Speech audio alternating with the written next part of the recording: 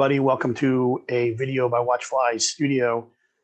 Today I want to go and do something a little bit different, something that I haven't covered before in my other videos, which has mainly been Flames of War or World War III Team Yankee, plus some of my Watchfly Studio, my own miniatures. I did something a little bit crazy recently. I have a passion for all things toy soldiers. I love miniature war games. I've been in the hobby for quite a while, probably since the mid 90s. And I loved this hobby and this industry so much that it was even a passion of mine to get into working for the big manufacturers. And one of the companies I worked for was Games Workshop, as well as Battlefront Miniatures. So, and I loved the marketing event aspect of this industry. So one of my main jobs for both of those companies was an events manager. And I ran the grand tournaments, the major events, for games days for Games Workshop, for example. Went to the conventions, sales conferences, things of that nature. And one of the companies that I saw very early on, when they just broke into the industry, was Privateer Press. And I remember them sitting in their booth at Origins on a folding table, putting, metal war jacks in little Ziploc bags, getting ready for the show. And at the time I was working for Games Workshop, and I always said to myself, I don't know, I don't see that company making it. But I think it was great that it did well, and it carved a niche for itself within the industry and blossomed into this Warmachine and Hordes game system that a lot of people refer to as Warmachine and Hordes. And I think there are certain aspects of the game that are phenomenal. I think the rules system has always been very clean. One of the cleaner rule systems out on the marketplace. Particularly, it always sold itself as a competitive game system. I mean, even back in the rule books, it had a particular page. I don't remember the page number now, but it had a very particular introduction to its game system, and basically said, hey, if you can't handle, crushing your opponent, see them driven before you, and hear the lamentations of the women, don't get into our game. And they were very, very, very explicit about, this is a game system to just drive your opponent into the ground and win, and not do it cheekily or cheat or anything like that. They didn't promote that, but they promoted it was a hard, nasty game system that had a lot of really interesting combos, much like a card collectible game where you would build combinations with your miniatures and how their different rules interacted, the feats of your warcasters, that kind of thing. And it really took off, and the competitive scene for Warmachine and Hordes did very, very well. And they've had a few iterations of the rules over time. And Privateer Press kind of, at least in my opinion, kind of attempted to reestablish itself in the industry.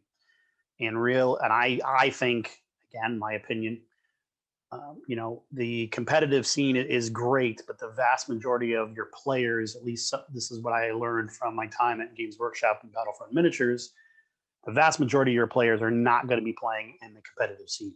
They're going to be playing at their local stores or in their homes. And that's, at the end of the day, where a lot of your money is going to rest. And the competitive scene drives that income and those sales because you have all these players throughout, the world, or, in your local area, that are preparing to play in the competitive scene. They're going into their stores and they're playing against other players, and they're kind of driving the business from that aspect. But you're going to get maybe a few people in your marketplace that are really driven competitive people that are going to travel to all the different events, and that's where their disposable income is going to go. But the majority of your players, are going to collect that one army or those two armies, and kind of be happy, living and playing in their local market, and that's about as far as it's going to go for them. And it's a casual experience. Well, Warmachine and Hordes, at least in my experience attempting to get into the game, God, 4 or 5 times, I found that it's not, or at least it wasn't for me, a casual gaming experience, because without learning and memorizing all the different combinations and feats and how the miniatures interacted with each other, it just really felt like I was missing part of that game. And I think over time, Warmachine and Hordes became that for many people, is that it was very difficult to get in and casually play. And I think Privateer recognized that and tried to fix that with games like Company of Iron, and find different ways to introduce Warmachine or Hordes to a casual gamer and hobbyist, and show them that it was not all about whatever that page number was, about just crushing your enemies. What made that difficult for Privateer is their core customer base was already that established competitive gamers, and with some changes in the rule systems and some of the other things that it looked like the company was trying to get into, with focusing more on hobby and painting, fully painted forces, and more kind of a casual gaming atmosphere. I think it drove some of their long-term customers away. So, just in my experience, living, playing, working in the gaming industry, just like most game companies, to be perfectly fair, Warm Hordes has had that kind of ebb and flow, and that was kind of a really long introduction, but to the point, I saw that they were having this spring cleaning sale, and I thought it would be a very interesting way of trying to get back into the game system yet again. And I still have some forces that I collected, I've held on to. So what I was kind of hoping for was to get something that I didn't already own. And I have some Signar, I have some Khador, I have a pretty decent sized Grimkin force, and a few spattering of other forces, nothing to essentially write home about. But I was either kind of hoping that I would get something like, more Grimkin, because that's really one of the forces or horde factions that I'm drawn to. And I was always told it's for a more established player, but I just love the genre. I love the miniatures. I think it's one of their best miniature ranges that they've sculpted. It just tells an incredible story. So I've always been reluctant to even get rid of them when I kind of got in and then got back out. And actually, Grimkin was one of the things that brought me back in at the time. So, anyways, this summer sale that they've been having, this spring cleaning event, for essentially $60, I think it was $59.99, you will get a collection of stuff. And there were little rules that they established on their website, and it's still going on right now. There's rules that they established that basically said if you purchase one of these $60 mystery boxes, it will be for a faction. So whatever you get, it'll be themed towards a particular faction. You won't know what it is, but it'll at least be something that you could probably use together. All right. So I thought to myself, I'm getting back in. Why not buy 2 of these and see what I get? Will I get, 2 Warmachine forces? Will I get 2 hordes, a mix? Will I get stuff that I already own? Who knows? So thought I'd take the chance. So I bought 2, and it took about a week, a little over a week for me to get my box. And I actually got my box today, opened it up, laid it all out. And I'm going to go over and I'm going to take some pictures and show you the items that I received. But the 2 forces I got were minions and Retribution of Skra, Scray, whatever, however you want to pronounce it. Basically, the space elves, for all intents and purposes. And I have owned Retribution before when they first came out a long time ago. I thought they were pretty neat. I wanted to challenge myself and try to paint up a similar studio army within that white armor. So that was just one of the reasons why I got into them so long ago. So it was kind of cool that I got them back. Never owned minions. Never really had an inclination to, although I think the miniature range is kind of cool, like the Troll Bloods, all the alligator and boar type creatures. And I just think it's kind of a neat faction. So it was kind of cool that I got them as well. So I added up essentially each portion. And for the $60, I got about $260 worth of product. And what was kind of cool is I got a paintbrush. I got 2 paintbrushes, but essentially probably one for each if I only bought one. I got some pins, some collector pins and faction pins, and that's cool. I mean, it's not my thing, but it's kind of cool that they came in. At least it was themed, right? So I got a Retribution faction pin with my Retribution force and a minions pin for my minion force. I got a collector pin set, which again, it's kind of neat. Then I also got tokens for each force. So I got minion tokens and Retribution tokens, as well as the template sets, which I thought was really, really cool. So it was kind of driving you towards, hey, if you bought this with the intention of starting a new force, here's some ways of kind of getting you into that faction through some accessories, obviously a paintbrush, because you got to paint those miniatures, and then a collection of the force. And before I really kind of go over the actual box sets and things that I got, the one thing that I kind of was like, missed opportunity was the spring cleaning event could have really been themed towards like starter armies, and convincing people to get into a new faction or trading it with a buddy who got something that maybe he didn't want and you wanted, and and it would be an excellent way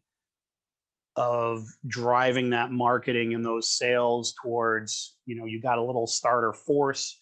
It's not, it's enough to get you going, but it's not to play at the points levels that people are playing in the competitive scene, which typically drives your gaming events and stores, as people always will use the point levels for the tournament circuit that's out there in the marketplace. So with both factions, I ended up getting some light war jacks for Retribution. I got some light war beasts, and I got actually a heavy war beast for the minions. And I got some troop types, which is all great and fine and dandy, but no leaders, no warcasters, no warlocks, nothing of that nature to basically say, hey, you can take this stuff out of the box, put it together, and you can kind of start playing with it, seeing what else you need, and go from there. Now, on the flip side, that could have been marketing genius, because they didn't give you what you need to start those armies. So now that you're all excited, you got this mystery box, you got these items, you're like, oh, cool, I'm gonna start my Retribution force. Well, I still now have to go out and maybe buy the starter set that comes with your warcaster and a couple heavy war jacks or something along those lines. So I guess you could look at it either way, saying absolute marketing genius that they didn't include those, or maybe they missed the mark because I might be more apt to just trade them off, or sell them somewhere else, or whatever, if I didn't get what I liked. So I'm overall pretty actually happy with it. And what I want to do is use this channel and this opportunity to do some updates here and there as I put the forces together, paint them up, and then maybe even try to find some gaming in my local area, and maybe show how these little spring cleaning forces come together and how they actually play and maybe harmonize together. Of course, I'll still need to go out and pick up a Warcaster and those War Beasts or Warjacks that, unless the rules have changed, and again, I'm coming all into this blind because I haven't touched the game system in quite a while. But I know in the last iteration of the rules, you would get free Warjacks based on the Warcaster you took. You get points based on that. So, let me know in the comments down below. Is that still accurate? Haven't read into it at all. I just, on a complete whim, decided to go right ahead and purchase these boxes. So let's quit rambling, and let's kind of go over what I received, and I split them up by faction to kind of show that even if I bought these separately, essentially what you would get. So let's start with the Retribution. So the Retribution, we got template set, got a token set, which these are cool because these are the dry erase versions, so you can mark them with whatever stats that you're using, or a spell or effect. Got your Retribution faction pin, which is a heavy warjack, which is kind of cool. You got these little Theramite black tokens, and I believe this comes in the in-store gaming pack or tournament event pack or something like that. You get a little bag of these to hand out. So I got a bag of each of these for each faction. So it's 3 little cool tokens with little flasks and some type of liquid or whatever inside, but they're pretty cool. I'm not sure exactly what they do or what they're for, but I'm sure I'll figure that out at some point. For light warjacks, I got a Chimera for Retribution, and I got a Gorgon. And then for some of my bigger boxes, I got House Guard Halberdiers, which for the Retribution, this is kind of right up my alley because I always love fielding troops. For Signar, for example, I think the trenchers are very, very cool. I'm just a troop-oriented person. I love infantry. So the stuff I got for Retribution is kind of right up my alley. And then I got the Reisavas Defenders, if I pronounced that correctly. So another box set of infantry, which is neat. And what Retribution force wouldn't leave home without their house guard riflemen? So essentially, those are the boxes that I got for Retribution, and I got a small flat dry brush as well with that collection. And then I guess we'd include this with the Retribution. So I got this limited edition pin set, which is kind of neat. It's got 4 different types of pins. I'm not sure if this was like a show special, or I have no idea how you would basically be awarded this pin set. I looked on the website; it wasn't available on the website for purchase. So who knows how you can get it? But I guess it's kind of cool that it came in the set. All right, so let's go ahead and take a look at the minions. And again, we'll start with the accessories. We got template set for the minions. And the token set, so same style token set. And I do really like these tokens. I've used these before. I have, I think, Kador and a Signar set as well, and they're stackable, which is pretty neat. So when you're pulling out all of your, oh God, it's been so long, but when you're pulling out your points to use for your Warcaster or your Warlock, those points essentially stack, and you can tell it's been a while because my terminology is horrible and I'm completely ignorant of the terms. So again, for all you Warmachine and Hordes guys out there that are listening and gals that are listening, feel free to throw down in the comment the terms, because I've forgotten. I was just excited to get some toy soldiers in the mail, and hopefully I'll do something with these and see you guys out there at a show or an event. So, and of course, with the minions, I got another paintbrush. I got the same exact paintbrush as I got with the Retribution set, so the small flat paintbrush, and a minions faction pin, the Theramite Black tokens. And for the minions, I got actually a few more. I got, I think, one more extra box. So here's a Gunbore Light War Beast and a Splatterbore Light War Beast and a Battlebore Light War Beast.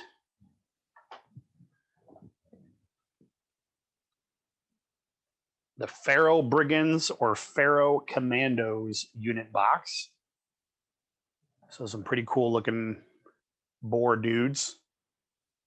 Kind of neat. I like beastman oriented type stuff. So these guys are kind of cool. Then I got a Blackhide Wrestler or Blind Walker. This is a big crocodile looking Gator Man heavy beast. Every war beast, basically what's on the box set, if I read it properly. And then last but not least, I got a Gator Man posse. So pretty neat. And the thing that I like about this too, from what I can tell, is these are essentially all new products. They're not like the old metal sets or things that were really sitting around laying in their warehouse. Now, were they overstocked on these? Probably. They may not be the most commonly bought items, and they're trying to clean things up, and that's why it's called a spring cleaning sale. I mean, they're not going to take their best-selling items and put them in the spring cleaning sale. It's almost like getting a rare card and a card collectible minute or a card collectible game, right? You pull that rare card and you're like, oh, sweet, I got a really nice rare card. Same thing here. I mean, they may throw a gem in there once in a while, but for the most part, I think these are items that may not have been the best sellers, but at least it's the newer product, right? A lot more plastics, which I like. I have a hard time sometimes cleaning that PVC plastic. I know Privateer's plastics have gotten better over time. So overall, for the $132 with the tax and shipping and whatever it was, I got over $500 worth of product. And I like the fact that I got quite a bit of infantry or units. So I always feel like I get good value when I get a box of 10 infantry or something like that. I know the heavy war beasts and the heavy war jacks are pretty bulky miniatures as well. What would have been really interesting is if they would have thrown in one of their one of their big war engine type things. If someone would have gotten that, and maybe that's all they would have gotten. I don't know. I have no idea how they're doing this. But even getting a $100, $110, $120 big war engine for $60, I mean, that's still a 50% discount. So overall, was this a worth a purchase? And for Warmachine and Horde players out there that are looking for a surprise faction to get into, trying to take a chance, or even for somebody that's thinking about getting into Warmachine or Hordes, that's kind of thought that entry cost, that barrier to entry was just a little too much to jump over. I think this is a really cool way to do it.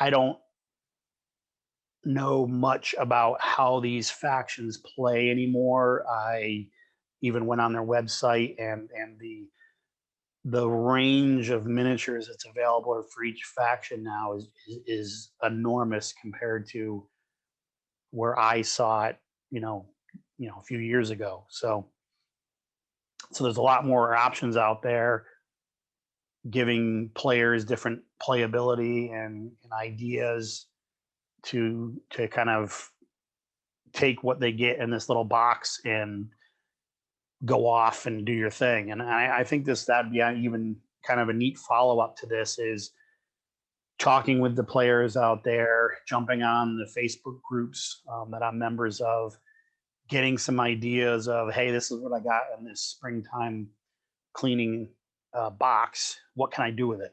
What would be my next purchase?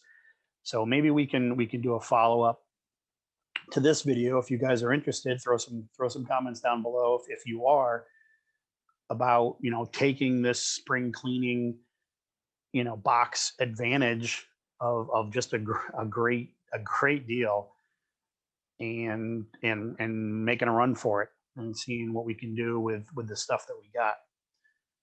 So let me know. I hope you enjoyed this video. I just thought it would be a real neat thing to kind of take advantage of as soon as the box showed up today, and show you while this thing is still going on. And hopefully it encourages you to help Privateer clean out their warehouse a little bit, put a little coin in their pocket. I know they've been running some Kickstarters and stuff to kind of keep money coming in, and I know they're not in the greatest of shapes right now. So any gaming company out there that we can keep in the market, and keep them going and keep the hobby healthy, whether it's Warmachine or any other game system for that matter. I get it, and I love the help. I mean, I own a small miniatures company myself, and I'm just kind of trudging along, making a few miniatures here or there on a few Kickstarters, and so I get it. I know what it's like out there, and to give you players the opportunity to collect what you want, when you want, how you want it, at a reasonable price, and give you gaming stores to be able to go in and play those games that you love, I think is really, really important. So, support those companies out there, support your local retailers, which is kind of an oxymoron considering I'm talking about this spring cleaning box purchase directly from the manufacturer. But I'll be honest, most stores that I go into nowadays cleaned out their Privateer stuff, and they don't even sell it in store anymore. So I'm not taking sales away from them because they don't have the product to buy. So, and if I'm going to special order it, I can special order it from anybody. So hope you enjoyed. Make your comments, subscribe. Hopefully we're going to do a little bit more follow-up to this video, and hopefully we'll see you soon. Remember, keep a watchful eye on the hobby and enjoy. Have a great night.